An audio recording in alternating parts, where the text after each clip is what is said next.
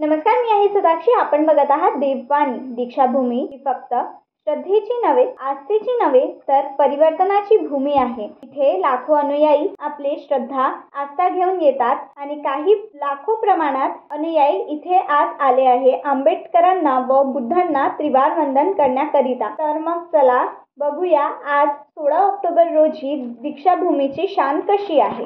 चंद्रपूरच्या पवित्र भूमीवर वसलेली दीक्षाभूमी ही केवळ एक स्थळ नाही, तर सामाजिक परिवर्तनाचा प्रतीक आहे. 14 ऑक्टोबर 1956 रोजी नागपूर येथे डॉक्टर आंबेडकरांनी लाखो अनुयायांसह बौद्ध धर्माची दीक्षा घेतली. त्याच प्रेरणेतून चंद्रपूरमध्ये ही भव्य दीक्षाभूमी उभी राहिली. दरवर्षी हजारो अनुयायी येथे येतात, हातात धम्मध्वज, ओठांवर जय भीमचा नाद आणि मनात समतेचा संदेश घेऊन. येथील शांत वातावरण, बुद्ध विहाराची शोभा आणि आंबेडकरांच्या विचारांनी भरलेली ही भूमी आजही नवचेतना निर्माण करते. ही ज्ञानाचं आणि मानवतेचं प्रतीक. हीच आहे दीक्षाभूमी, चंद्रपूरची समतेचं, ज्ञानाचं आणि मानवतेचं प्रतीक.